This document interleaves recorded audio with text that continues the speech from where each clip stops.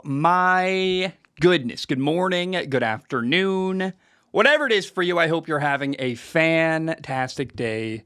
My name is Zach Schaumler. This is Strong Opinion Sports, episode 554. Welcome in. A lot of news to talk about today.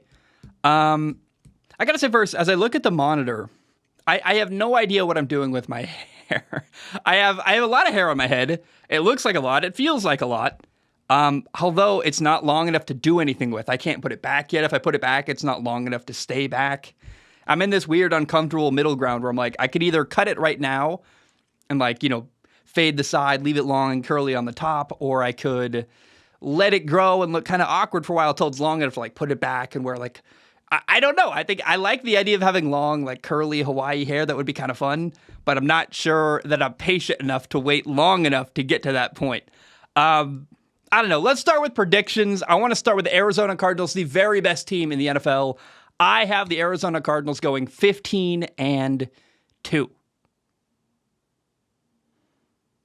Nobody realizes that's a joke? No, sorry. The worst team in football is not going to go 15-2. I don't know. I thought I would say that. I was curious. I'm not quite ready for predictions yet. No predictions today. I worked on them all weekend. I got really close. Looks like we're aiming for Thursday to start that series. I was feeling really bad because I worked on it really hard. I even took 2 days off last week to work on it. And then I did the math and realized there's 32 NFL teams. And only 1 hour of research per team is still 32 hours of research. And I did way more than that. So when I did the math and realized how much work I'm putting into this project, I was like, oh, it's okay. It's going to take a while. It's part of the deal. And I'll be, get it out as quickly as I can, but predictions are still in progress. I think that's fine, though, because we didn't do a show Thursday, Friday, so there is so much news to talk about. Story number one is this. Chargers quarterback Justin Herbert signed a massive contract extension. He got a 5-year deal worth $262.5 million. My goodness. That makes Justin Herbert the highest paid quarterback in the NFL. Over $52 million a year. And first of all, I remember when Patrick Mahomes signed that massive $450 million 10-year contract. And I remember at the time that deal happened, I said, hey, in a couple of years, that's going to look like a bargain. And we have reached that point now. You look around the NFL, Patrick Mahomes, who I think is the best quarterback in the NFL categorically, is now the 8th highest paid quarterback in the NFL. So that's interesting to me. It's as time has gone on, we've realized, hey, Mahomes is really a good deal for Kansas City, even though 10 years, $500 million sounds insane when you really do the math and look at it. You're like, so many quarterbacks are climbing the ladder and regularly getting more money than Patrick Mahomes is on an average annual value basis. Now, I am so happy for Justin Herbert. This is a moment where he got generational wealth. He's a great dude. He works hard. I have nothing bad to say about this deal, actually.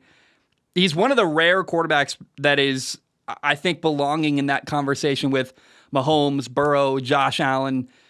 Justin Herbert is a top 5 NFL quarterback. And then the other two that are kind of on the fringe, is Aaron Rodgers still top 5? I'm not sure. We'll find out. A lot of people are saying that Jalen Hurts is a top 5 quarterback. He certainly gets paid like it.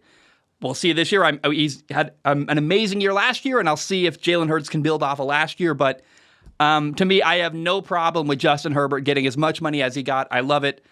It's great for LA. It's great for the Chargers. And I could not think of a more deserving person for generational wealth to go to. He works so hard. He's such a good person. Treats everyone really well. Does all the little things right. I don't have much more to say about that other than hey, I'm excited for Justin Herbert. And then really what I thought of is that up next is Joe Burrow. And I'm really curious whether or not Joe Burrow is going to leapfrog Justin Herbert's contract and make more money than Justin Herbert. Will we see very quickly Joe Burrow become the highest paid quarterback in the NFL? Or maybe similar to Patrick Mahomes, could he take a little more team-friendly deal? Long-term, a little less money, which will allow a little bit more money for your team to spend on players. I could see it going either way. I'm really not sure. Is Joe Burrow, going to take a little less money to have better players around him? At this point, the more I think about it, I think years ago I was very against, you're giving what quarterback how much money, especially the Dak Prescott contract broke my mind. I was like, why is Dak Prescott getting that much money? given what he's done. But, the salary cap in the NFL is going up, so there's more money to give to players generally. And, NFL owners are making all-time money. I watched, Dan Snyder made, $6 billion from selling the Washington football team. And so I'm starting to support quarterbacks getting as much money as humanly possible out of their billionaire owners. I really go, yeah, make that money, dude. I support it. I understand it. It's if you choose to play quarterback and you work as hard as you do, you become the very best in the planet or top 5 at what you do. There should be a monetary reward along with that. And that's something that is new for me to feel, but I'm really starting to go, yeah, go make that money, man. I really have no problem with Justin Herbert, Joe Burrow, whoever. All these amazing quarterbacks getting paid amazing money makes total sense to me. Now, speaking of Joe Burrow, the other day he injured his calf. It looked really bad, the video. It was a non-contact injury. He was, rolling right out of the pocket, and he just pulled up and was holding his calf and kind of went to the ground. He got carted off the field. Officially, we are being told that it's a calf strain. He's going to be out for a couple weeks. I am interested how this is going to play into the fact that he's also at the same time negotiating a new contract. So he's negotiating a new contract, but he also got hurt. It's a minor injury, but I wonder if he's going to come back to the field at all until he's got a new contract. I probably wouldn't if I was Joe Burrow. But I want it on the record, I am not concerned about Joe Burrow injuring his calf at all. I don't know. Even if he is not healthy fully week 1 and he's not super mobile, he's going to be fine. He can throw the football. I'm just not.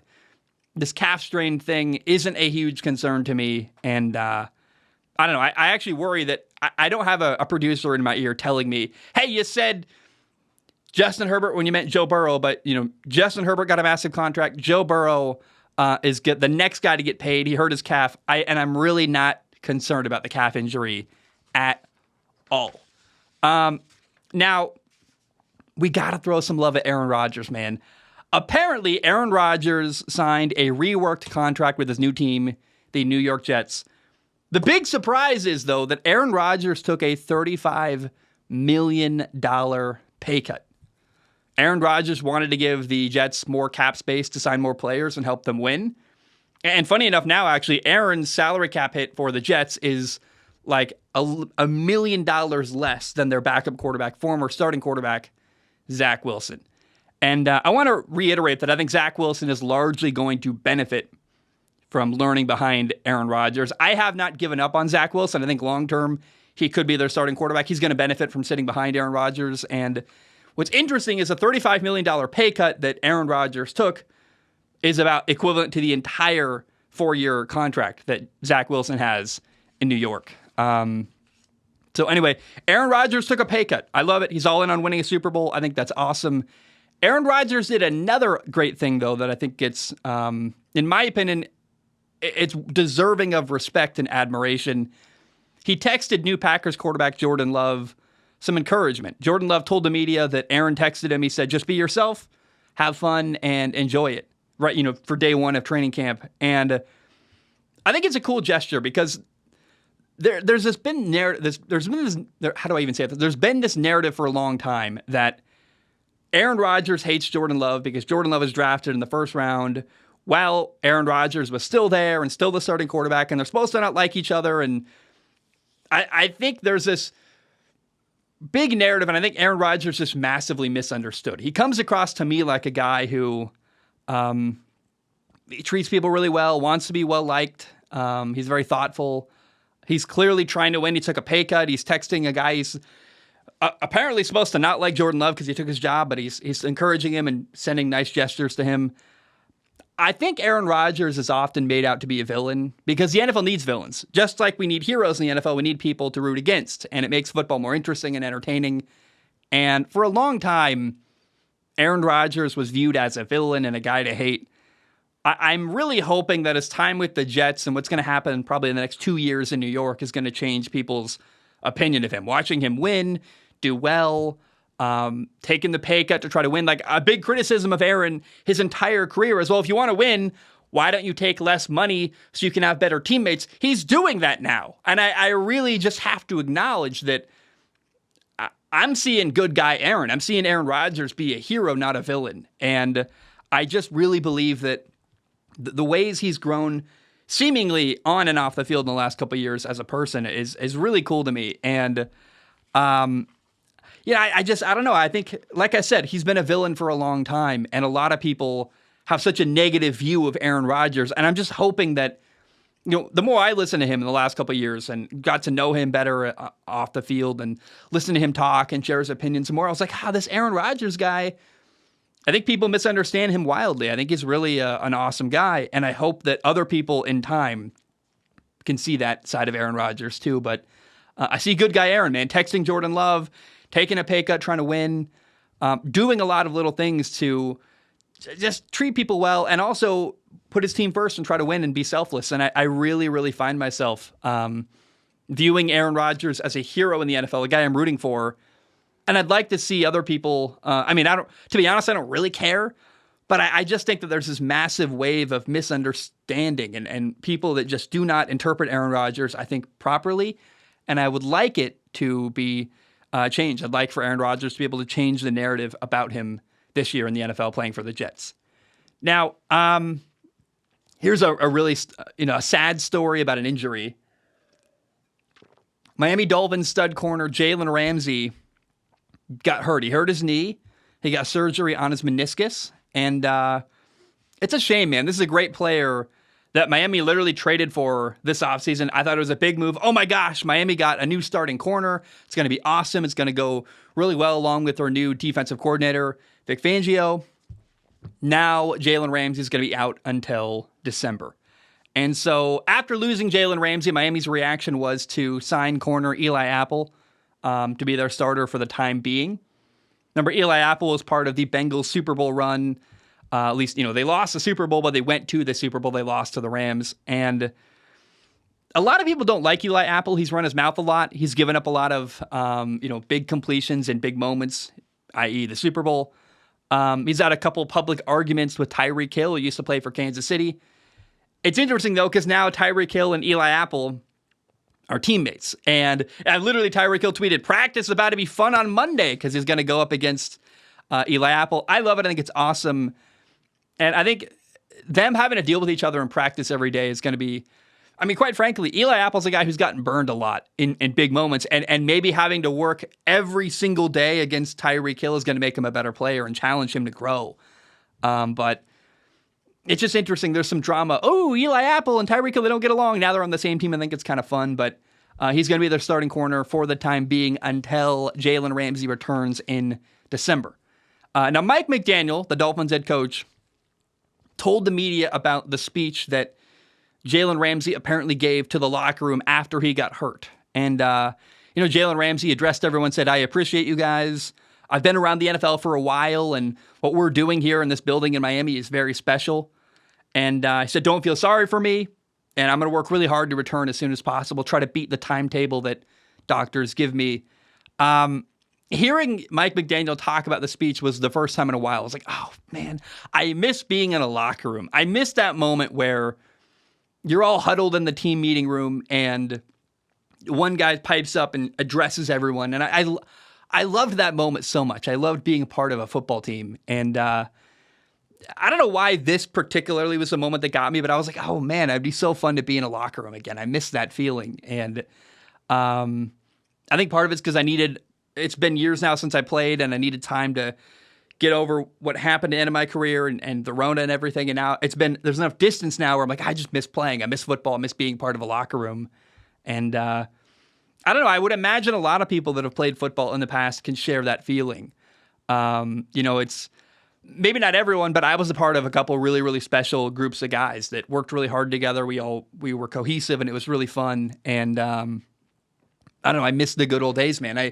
I don't want to be that guy, but I'm sure a lot of former football players can attest to that, which is like, man, I really miss the days of the camaraderie and the working together. And this Jalen Ramsey story really made me feel that. So I don't know. Just I would think I'm not alone in that feeling. Now, we got to talk about Colts running back Jonathan Taylor. It's not good. Colts running back Jonathan Taylor requested a trade. And based on what I'm about to tell you and my understanding of the situation, it sounds like Jonathan Taylor's relationship with the Colts is just absolutely unfixable. I am not a big fan of Colts owner Jim Irsay. To me, the word that comes to mind is he's a buffoon. He's a buffoon who regularly hurts his own team.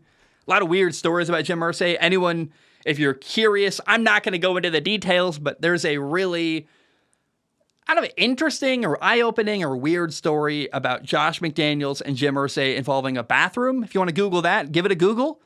It's like, oh, that's a weird thing for a guy to do when you're trying to get him to come work for you. Jim Irsay had years with Peyton Manning as his quarterback, and I think Peyton Manning made Jim Irsay look like a good owner for a long time.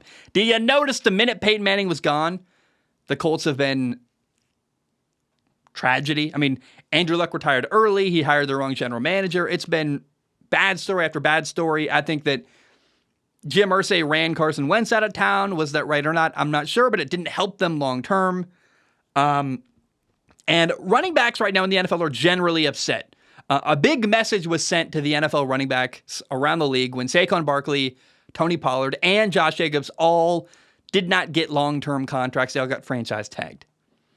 So running backs now in the NFL are more aware than ever of how they are getting screwed financially. Jim Irsay, the Colts owner, tweeted about this and called it inappropriate for running backs to ask for more money. And that did not sit well with Jonathan Taylor. He was not tweeting specifically about Jonathan Taylor, according to Jim Irsay. But you got to read the temperature of the room and realize, hey, you got a running back who's been a workhorse for you, who's getting paid next to nothing. And he's probably not happy. Read the temperature of the room. You got to manage that relationship well. Jim Irsay did not. He met with Jonathan Taylor, and after the meeting, Jonathan Taylor immediately requested a trade. Here's the background of the story. Jonathan Taylor's been in the NFL for 3 years, and in 3 years, he's run for 3,800 yards and 33 touchdowns. That's an average of over 1,000 yards a year. He was a second-round pick in 2020, and the second year in the NFL is his second year in 2021. He ran for almost 600 yards more than the next guy. He led the NFL in rushing and ran for 1,800 yards. He's on a rookie contract making $7 million over the course of 4 years. He's getting next to nothing compared to the value he's bringing. Again, let me repeat this. Jonathan Taylor ran for 1,800 yards in 2021, led the NFL in rushing by almost 600 yards more than the next guy. I totally understand a guy like Jonathan Taylor is like, hey, I am bringing tremendous value to this football team. I'm getting paid pennies compared to everyone else. This is ridiculous. I would want more money. He's on a rookie contract from the pay scale of a second-round pick, which is really low.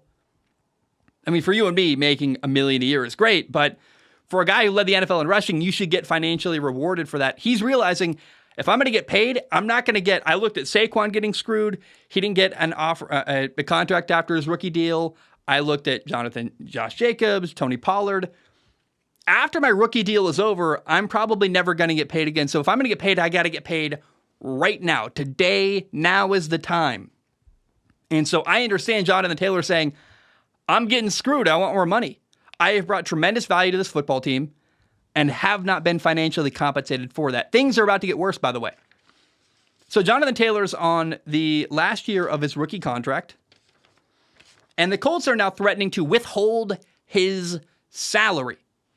During his pre-training camp physical, apparently he reported some back pain, which he now disputes. Jonathan Taylor says, I ain't got no back pain. What are you talking about? But it's been decided that the injury, which is up in the air whether it actually exists or not, but the Colts say Jonathan Taylor has a back injury that is not from playing football for the Colts. So now the Colts can withhold his money and not pay him. By the way to make a player happy who doesn't want to work with you is not to keep money from him.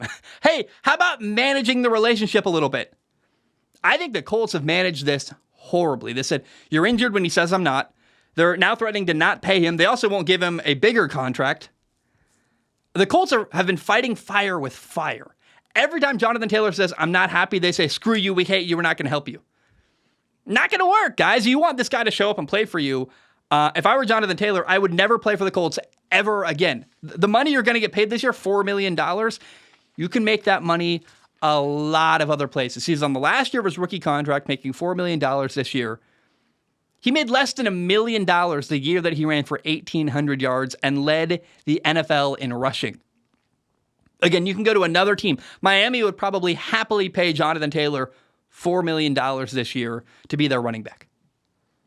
I'd love to see Miami trade for him. Here's the problem, though. The Colts owner, Jim Irsay, is spiteful. He's going to want to win this situation. He does not want to make Jonathan Taylor happy, clearly, by threatening to withhold money. I'm sure the meeting went horribly. My prediction of this whole scenario, Jonathan Taylor unhappy, he's not getting paid more, wanting more money. The Colts saying, we don't want to, not only do we not want to pay you more money, we don't even want to pay you the money you have under contract right now. I think this situation is going to end ugly. We're going to wait. We're going to see what the details lead to, but I do not have a good feeling about this Jonathan Taylor situation with the Colts. And I think a lot of the blame has to fall on their owner, Jim Irsay, who, to me, again, the word is buffoon. He just doesn't manage relationships very well. He does a lot of weird stuff. I know the fans like him because he's on Twitter and tweets to the fans, gives away stuff all the time. But I do not like the way that Jim Irsay runs his business and treats people that he works with every day in the football world. And, oh man, I do not predict this ending well for the Colts or Jonathan Taylor. It's going to be ugly either way. And I guess we'll just wait and see what happens. Now, I got to open my notes here because I got a lot of quotes to read in this story. Yeah, I got to drink water too. This is a big one. I got to prepare for it. We got a lot to talk about here up next.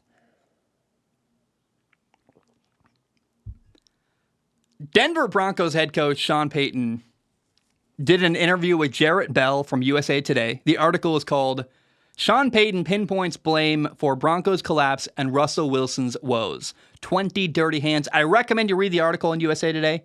It's a gold mine of really great quotes. I'm going to get to as many as I can. I'm not going to read every quote here from the article, but I've got like 3 really big ones I want to read and go through. The first article says, Sean Payton said early on when he talked to Jarrett Bell, he said, I'm going to be pissed off if this is not a playoff team. He's talking about the Broncos. He said they should be a playoff team this year. This is a really good football team. I think Sean Payton has high expectations for his team this year in Denver. He's confident in his team in Denver. And I think everything you're about to hear, all the quotes he gave during this article, my belief is that Sean Payton was trying to give his team confidence. Say, look, I believe in these guys. Here's why they should believe in themselves. It didn't all land. We'll talk about what went wrong here. But here's the next bit of next quote I want to read. He said, it doesn't happen often where an NFL team or organization gets embarrassed. Sean Payton continues and says, and that happened here. Part of it was their own fault relative to spending so much blanking time trying to win the offseason. The PR, the pomp, the circumstance, marching people around, all this stuff. Sean Payton says, we're not doing any of that. The Jets did that this year. You watch Hard Knocks, all of it. I can see it coming. I remember when former Washington owner Dan Snyder put that dream team together. I was the coach. I was at the Giants in 2000. I was a young coach. I thought, how are we going to compete with them? They got Deion Sanders there now. That team won 8 games or whatever. So just listen. Put the work in.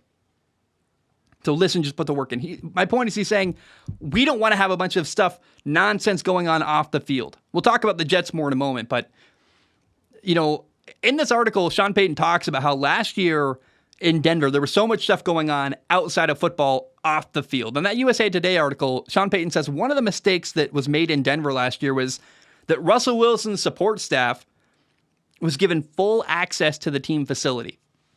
And he said you should not have allowed that. Russell Wilson has his own team of personal employees that help him prepare for games and get better as an athlete. It's a common thing for NFL quarterbacks. You're making millions and millions of dollars. You want a lot of people helping you succeed. Tom Brady does it. Patrick Mahomes does it.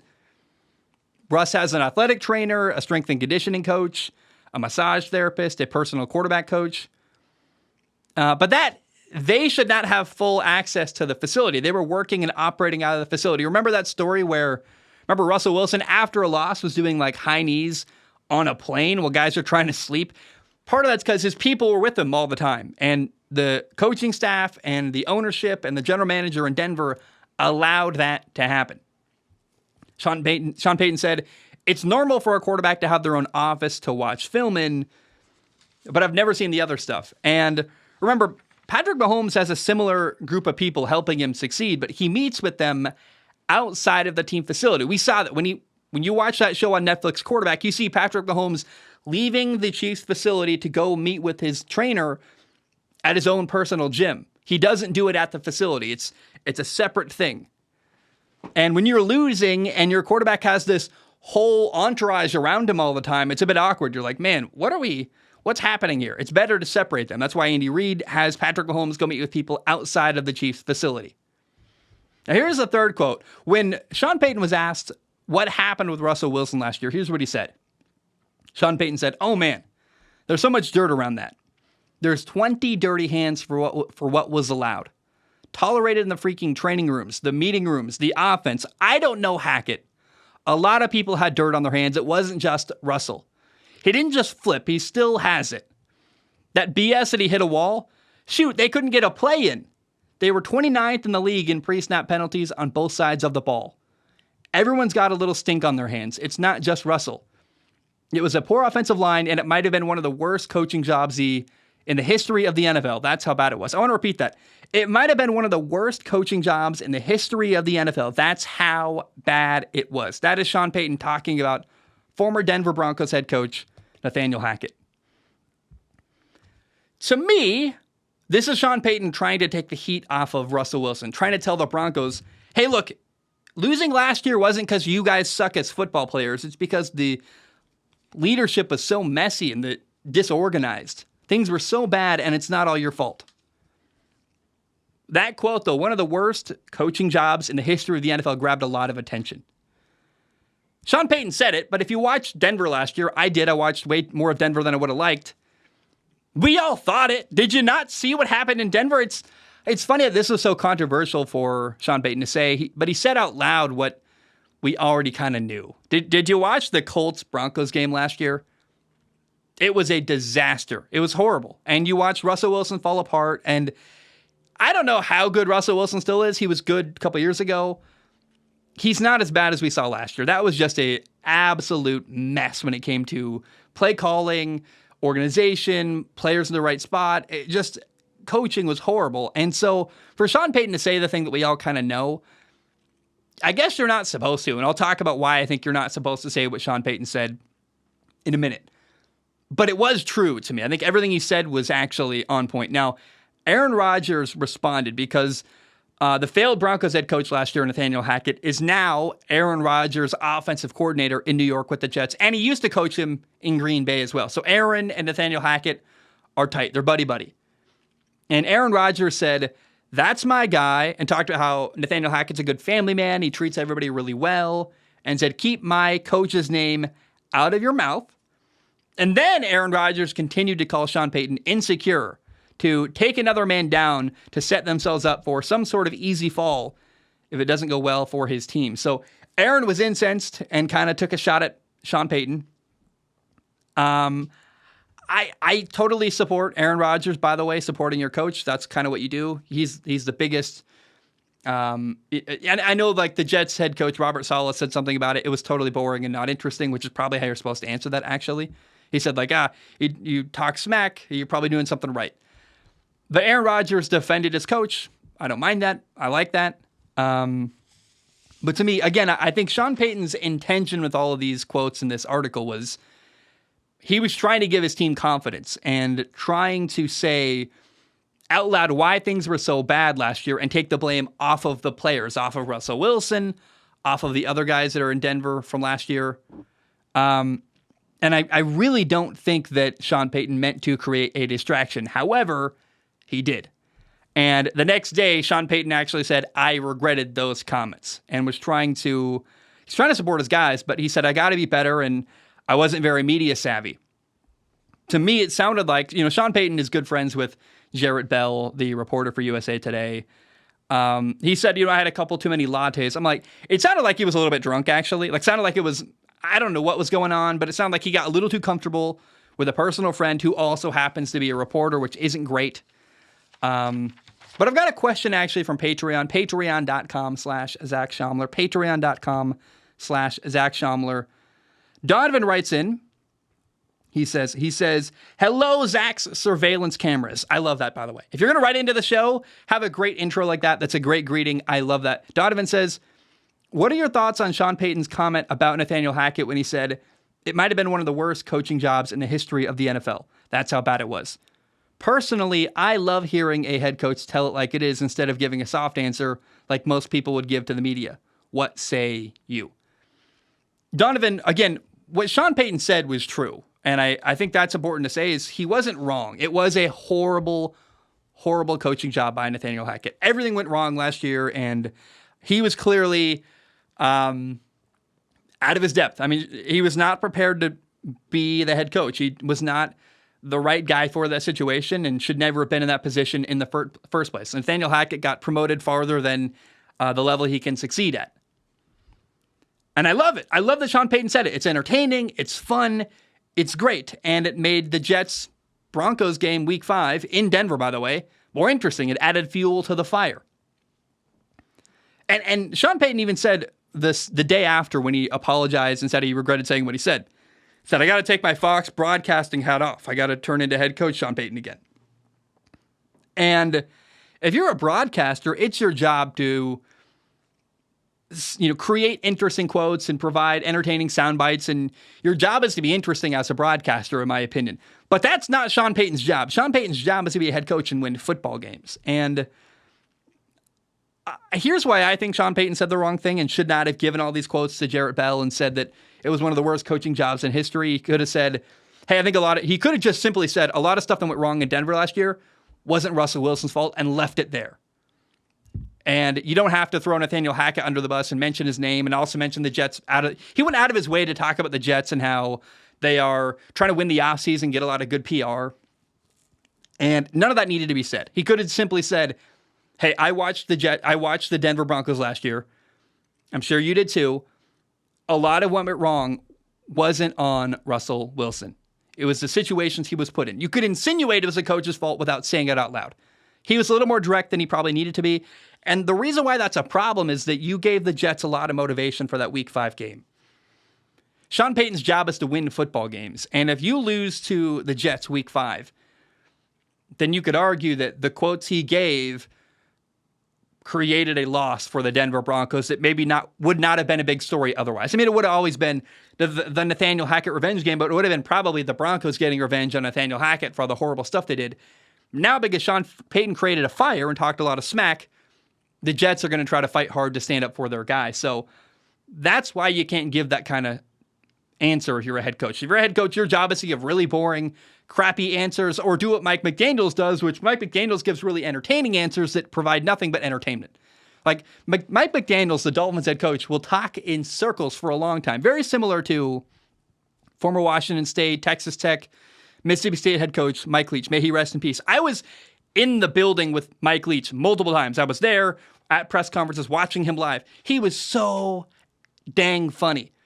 And if you would ask Mike Leach a football question, he would never answer the question. He would just turn it into a story about pirates or about how he hates weddings or this or that. Like, he would always deflect by talking about something else. So he would create great sound bites, but he also wouldn't give anything that would add any fuel to any kind of fire football-wise. And regardless of how you answer questions, what you cannot do is give another team motivation and potentially put your team at risk of losing. Similar to what that Cincinnati mayor did, talking smack to the Kansas City Chiefs last year. He added fuel to the fire. You don't help your team when you talk smack, in my opinion.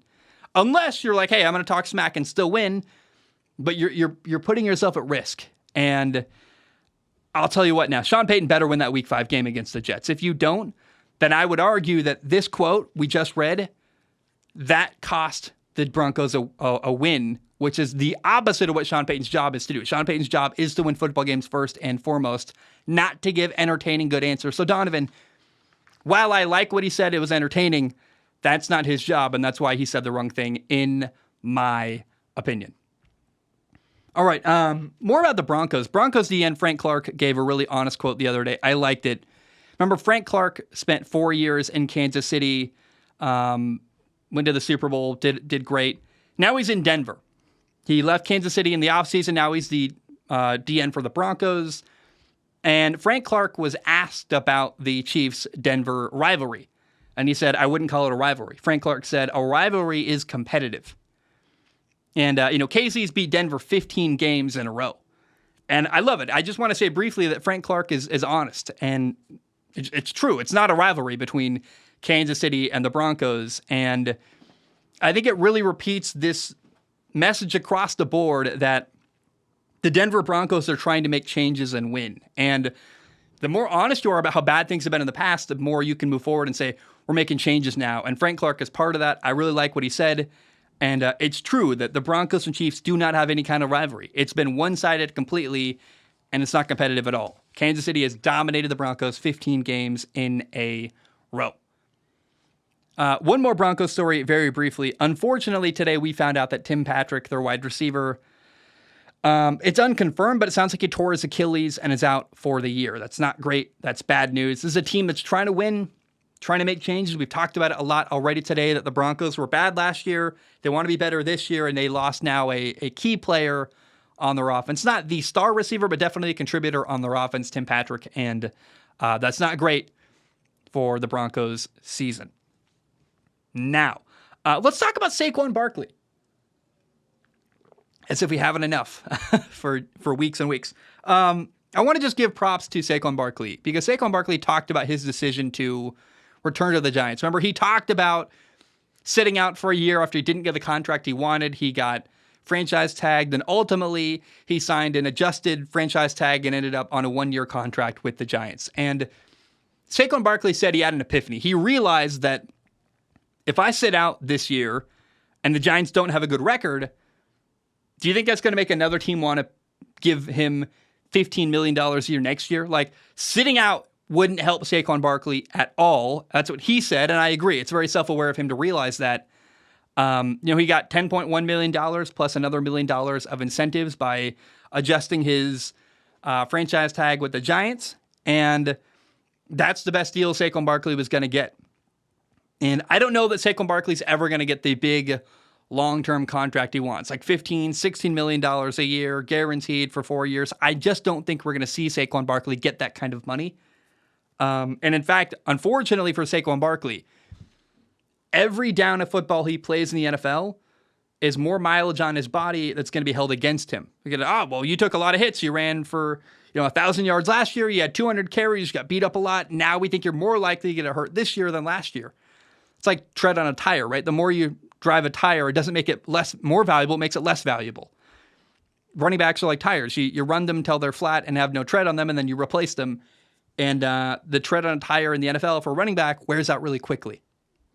If that makes sense. I think that makes sense. But I really think Saquon Barkley would have gained nothing by sitting out and not playing. And so, I don't know if Saquon Barkley's ever going to make the big money he wants. I think it's more likely that he's not going to. But he's going to be $10 million richer by playing this year than he would have been by sitting out.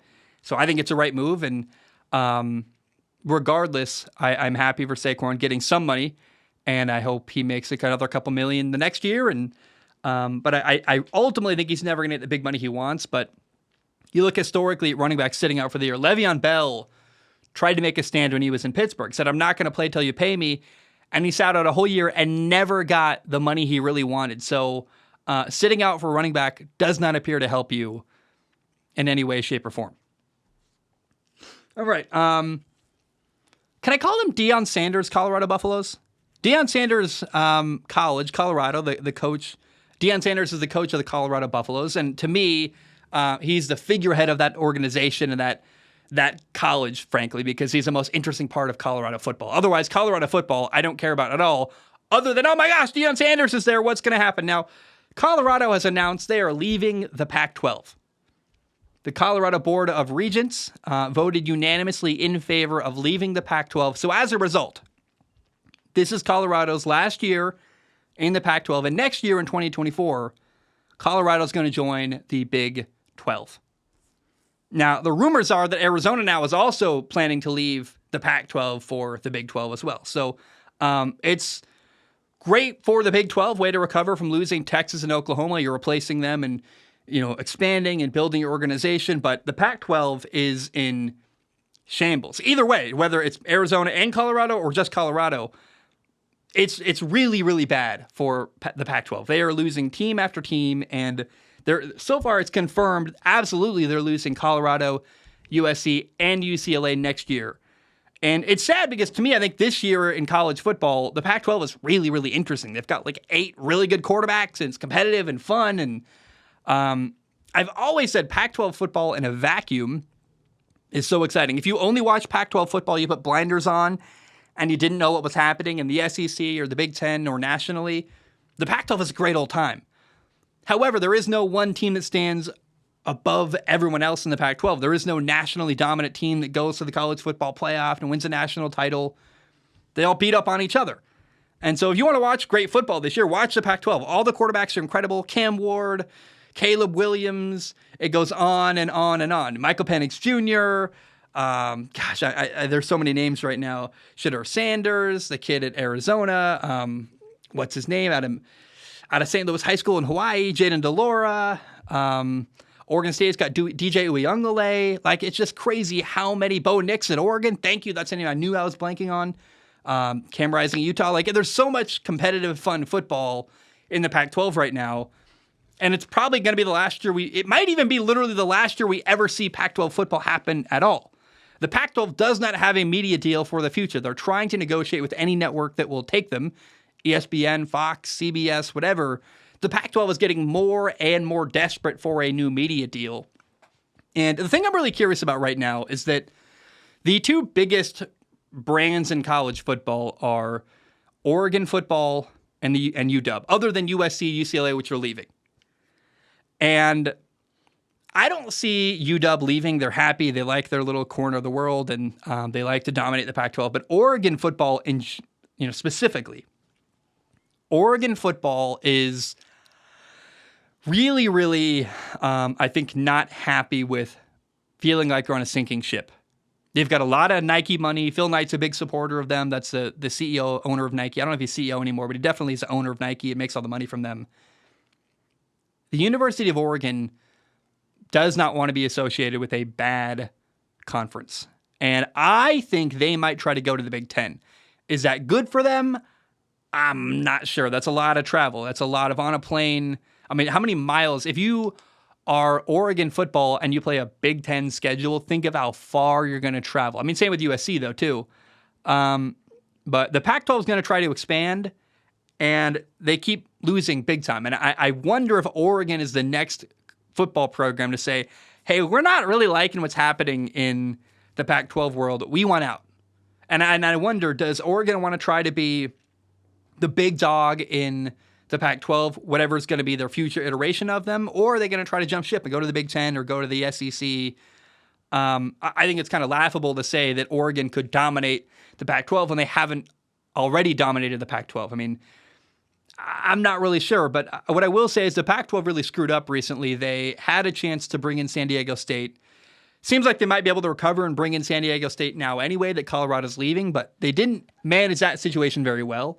They're considering SMU in Dallas. They're considering UNLV, Boise State, Fresno State. A team like Oregon, I would imagine, could dominate the UNLVs, the Boise States, the Fresno States, the SMUs, teams like that. So maybe Oregon sits pat and wants to just be happy being the big dog in a small pond, or big fish in a small pond. These things are, I am just all over the place today. I'm saying like analogies are like kind of close to accurate, but they're not quite right. But to me, the Pac-12 is dying. And I really wonder, is the Pac-12 going to exist in 5 to 10 years? It's a real concern to me. And Colorado leaving signals a vote of no confidence that they're going to get more money in the Big 12. You know, Pac-12 Commissioner George Klavekoff was brought into with the hope that George Klavekoff could save the Pac-12. And, I mean, he's made a lot of money for himself. He goes on long vacations and is doing well financially for himself, but he's not done anything to help the Pac-12. In fact, so far, George Klavekoff has totally failed the Pac-12. And the Pac-12's current media deal is going to expire on July 1st, 2024. That's with Fox and ESPN. Colorado is guaranteed going to make $31.7 million from the Big 12 media deal annually per year. And Colorado did not believe they were going to make more money by staying with the Pac-12 and getting whatever is going to come from their media deal. That's not good either. So It's a vote of no confidence. Colorado did not believe that staying with the Pac-12 was going to make them a lot of money and do good for them, and they jumped ship. So I just repeat this. I am worried as a guy I'm a West Coast guy.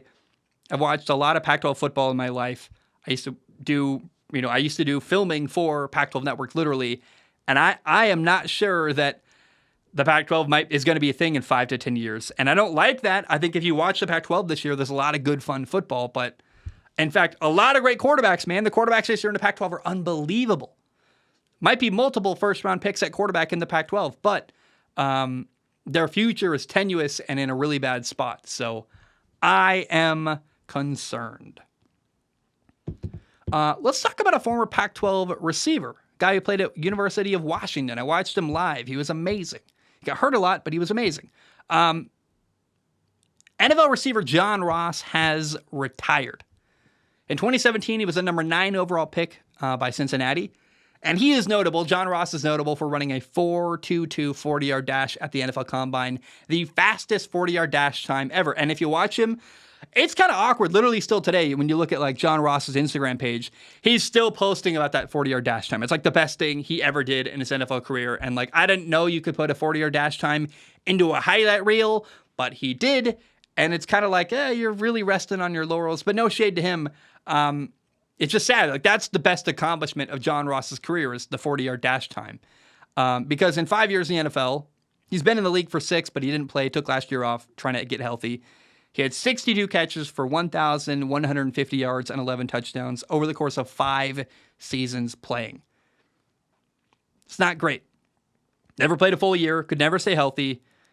John Ross made just under $19 million in his NFL career. And I hope he saved a lot of it, man. I hope he's set for life. I mean, that's, in a weird way, John Ross is kind of the story of the American dream. It's a guy who worked really hard and got really good at something and maybe didn't do it at a high level or succeed on the field, but he made a lot of money. And if he was smart with his money, he never needs to worry ever again. And I am hoping that is the situation John Ross is in today.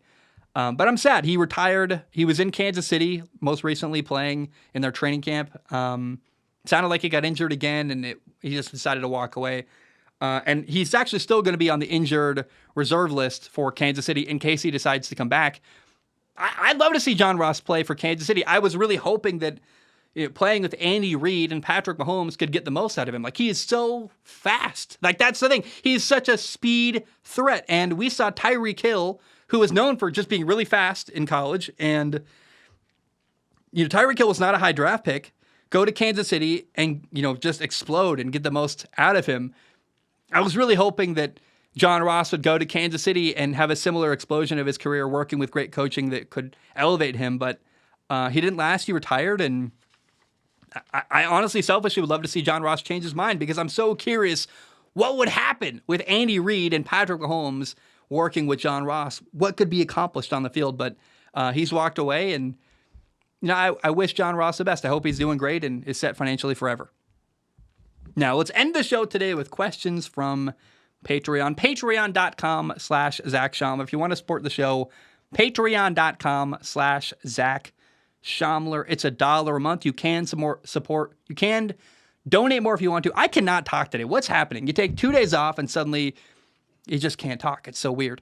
If you want to support the show, please do. It literally does pay my rent. It's $1 a month. It gives you access to submit questions to the show. Now, I do not guarantee to read your questions on the show. My only guarantee is I look at every single question with my eyeballs and I pick the top couple to read on the show. Joshua writes in. Joshua says, "Hey, Zach, what do you believe is the future for Zach Wilson? In my opinion, the chances for Aaron Rodgers to play more than 2 years seem extremely low. Can Zach Wilson turn it around, or are the Jets going to have to start over at quarterback when Aaron Rodgers inevitably rides off into retirement by 2025? No, ideally, Aaron Rodgers is going to play for 2 more years with the Jets, and Zach Wilson's going to learn a lot in that time. I want to be clear. I still believe that Zach Wilson can be the Jets' franchise quarterback long term.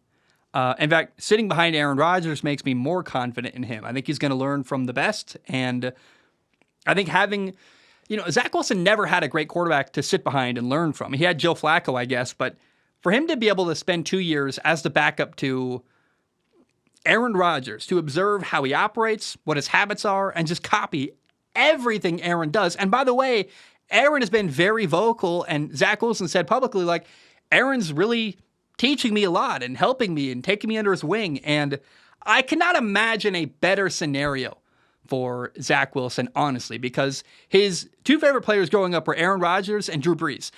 He gets to work with his idol and learn from him every single day for probably the next 2 years. And then maybe year 3, he'll be back as a starting quarterback with all the lessons and all the stuff he learned from Aaron in that time. I mean, gosh, in training camp last year, the Jets and the Packers had a joint practice and for a couple days, I think. And, Zach Wilson's dad was posting about how it means so much for Aaron to work with Zach Wilson and how cool it is. And Zach Wilson's like, yeah, I was working with Aaron and learning a lot. Now they get to do that every day for 2 years. I really think that Zach Wilson getting to learn from Aaron Rodgers makes me more comfortable that he's going to be their quarterback long term. And I just think anyone who's writing off Zach Wilson, discarding him, saying he's terrible, look, he didn't play well last year. I'm working on something behind the scenes of this film, but he definitely did some good stuff, and he did some stuff that you're like, that's a really nice throw. That's impressive. I just wish I could see him do it more often. And I think in time, working with Aaron Rodgers is going to teach him so much that when he gets his number called again, Zach Wilson's going to be ready. Maybe Aaron gets hurt. That's the other thing. Maybe Aaron starts the year really, really well and then breaks his thumb and can't play. And then Zach Wilson's thrust back in the starting quarterback job, and maybe he'll do really well because he's learned a lot. You never know. I hope Zach Wilson stays ready, but I have not given up on his career and his potential future as the Jets franchise quarterback. All right. Landon writes in. Landon says, hello, Zach's eyeballs.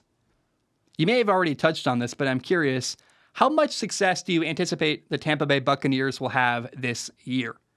Do you think the Mr. Wake and Bake is their long-term answer at quarterback? Love the content, man. God bless.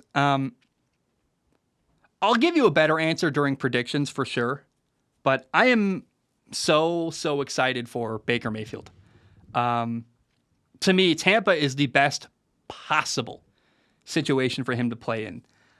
He got the remnants of a Super Bowl, a great offensive line, good receivers, a good defense, a good staff around him. Of all the teams that needed a quarterback this offseason, I thought Tampa was the team that was best suited to help a quarterback win immediately. And so Baker's going into a really good situation with good pieces around him, and I think he's got a chance to win the division. So it's really on how well does Baker play and how well does Baker carry himself emotionally and from a mental standpoint. But how good is Baker going to be? I really don't know. It seems to be really... He's been up and down, but remember, this is a former number 1 overall pick. He's a very capable quarterback who now he's throwing to some really, really good players. And I guess, I can't tell if it's a good bet or it's just wishful thinking, but I really want to see Baker do well with the pieces they have in Tampa. I think this is the best shot he's ever going to have in his entire career to win and look like a true franchise quarterback. So I'm rooting for Baker, and I guess we'll see what happens. Now, Phoenix writes in. Phoenix Fife says, hello, Zacharoni and Cheese. I hope all is going well. And I know you've heard this a million times, but I'm very happy to see you back. You were like the only podcast I listened to, so it's awesome to have this great noise back in my ear holes. Anyway, to get to the question, this one is in regard to the Cardinals and their quarterback situation. The team as a whole is pretty much expected to be terrible and finish bottom 5 in the league, if not the very bottom, even after Kyler comes back. If this is the case and the Cardinals do in fact finish at the bottom of the league, do they draft one of the best prospects to come out in a while in Caleb Williams, or do they stick with what they have in Kyler Murray? Kyler can be great, but has so far failed to live up to his potential, and the Cardinals just paid huge money and bet on the fact that he can. But Caleb Williams is a prospect that has potential through the roof and could be paired with management that actually chose him, unlike the one Kyler Murray is currently playing under. This is something that I feel isn't getting enough attention, as whatever ends up happening is going to be a terrific storyline, whether or not they end up sticking with or dishing off their former number 1 pick, Kyler Murray. I would trade if I was running the Cardinals and I had the number 1 overall pick. I mean, here's what you don't realize. The Cardinals are probably going to have 2 top 5 picks. They've got their own first round pick and they've got the Texans' first-round pick for next year. So they're going to have two, I think, definitely top 10 picks, maybe even top 5 picks, depending on how well Houston does. Can they exceed expectations or not? I would trade away Kyler Murray, get rid of his horrible contract. You're going to owe him a lot of money, and if you can get a starting quarterback for way cheaper, you just should. It makes more sense financially. Caleb Williams is an option. I'll be honest. Caleb Williams is 6'1". He's not a small quarterback, but he's not the biggest guy. If I was Arizona, man, maybe you draft Drake May, the quarterback out of North Carolina. He's 6'4". He can run. He can throw. He looks like Aaron Rodgers throwing the football. He's incredible. But either way, I think maybe you opt for the bigger quarterback this time instead of the small guy like Kyler Murray. Not saying that Caleb is exactly small. He's 6'1", but maybe you go the exact opposite of Kyler Murray this time.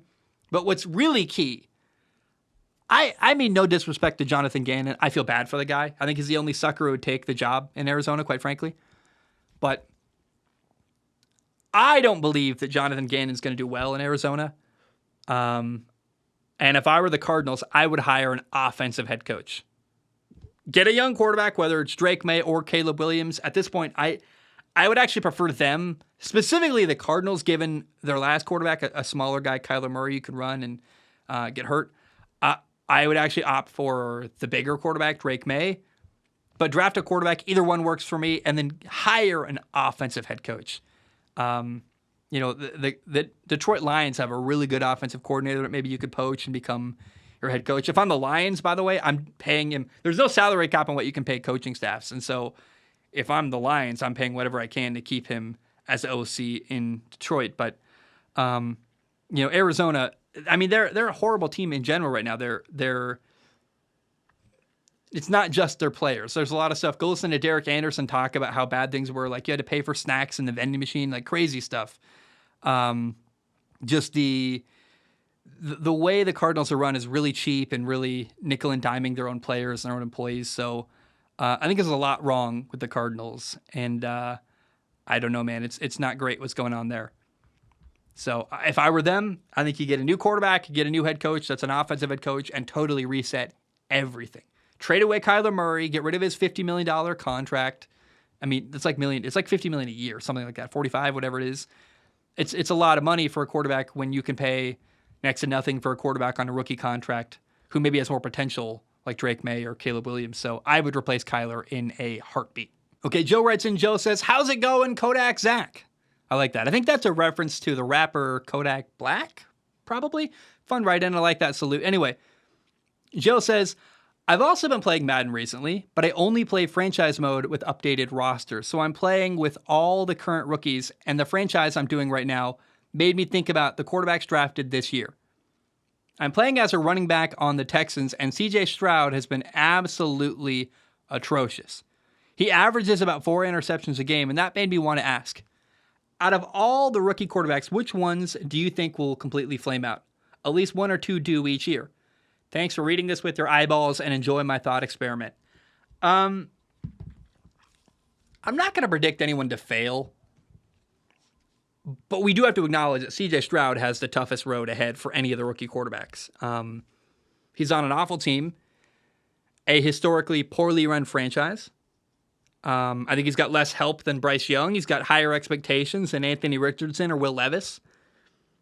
Got a defensive head coach. CJ Stroud is not super mobile. He can run, but he doesn't. And so his lack of ability to run is going to lead to it making it harder for him to escape bad situations when things break down in the pocket.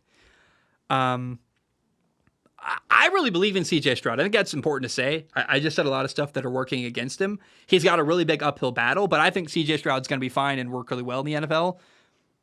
But because he's got a hard road, I'm going to be patient with him. CJ Stroud, give him time to develop because it's going to be, I think, an uphill battle for him. You just got to be patient and give it time. If he struggles early on, he might be great early on.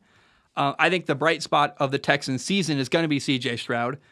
However, let's acknowledge he's got a lot of things working against him. And if he struggles early, just be patient and give it time because that's what he needs right now as a young quarterback in a tough situation. Zachary writes in and says, "Hey, Zach," spelled correctly. Love that. "I'm catching up on episodes and was listening to episode 548. In this, you talk about how you were unsure if Pete Carroll is the coach to get Seattle back over the hump. From the perspective of an unbiased Raider fan, I have to agree with you that he could have been holding the team back due to not having a good offensive coordinator. I disagree now that Shane Waldron is in. Shane Waldron is now the offensive coordinator in Seattle. Shane Waldron helped revive this offense and had 2 rookie tackles and Geno Smith at quarterback and turned them into the 9th-ranked offense in points per game. Well, I'm not sold on him yet as their offensive EPA/play was still below average. I don't even know what that means. Offensive EPA per play? I have no idea. I don't care.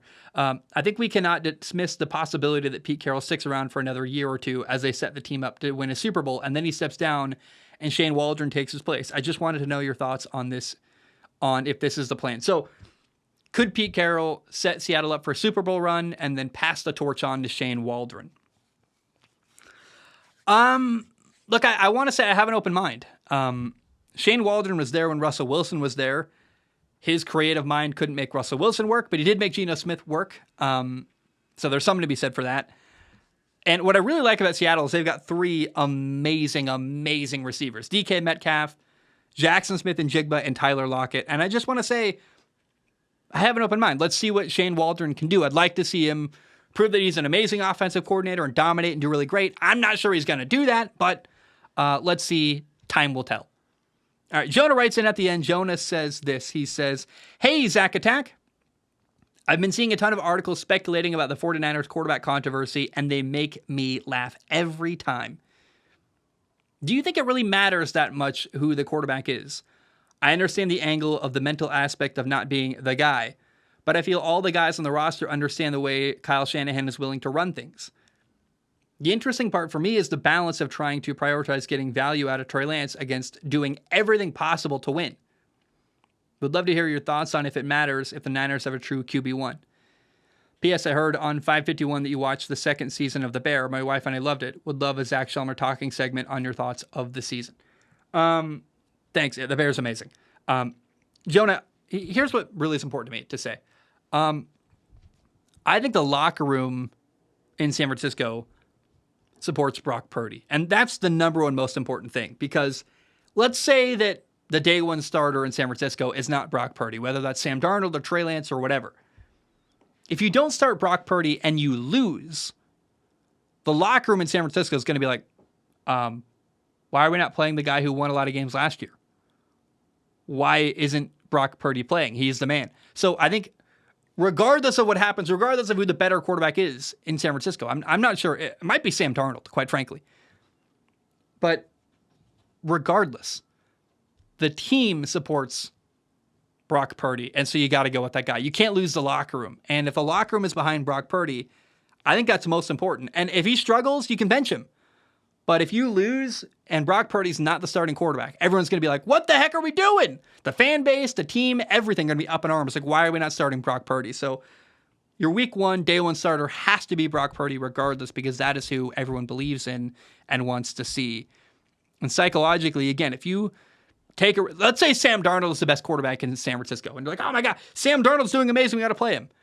But then you lose week 1, everyone's going to be like, why are we not playing Brock Purdy? Makes no sense to me. So you have to go with Brock Purdy, and that's all I can really say here, Jonah. Like, you just, Brock's the guy. Like, he has to be until proven otherwise. So that's what the 49ers have to do at quarterback, in my opinion. Guys, I love you. I appreciate you. My nose is itchy, which is really annoying. I feel sweaty and messy, and I don't know. The hair is bothering me. It's really humid in here. I hope the show went well. I feel like I'm a little bit rusty. Is that weird to say? I took 2 days off and suddenly I'm rusty, but I do feel a little bit rusty, which is, I don't know. I'll see you tomorrow. I'll be better tomorrow. I love you guys. I appreciate you. Hope you have a great day. Hope you enjoyed the show, and see you tomorrow. Ba-dum-bum, bam, we are done.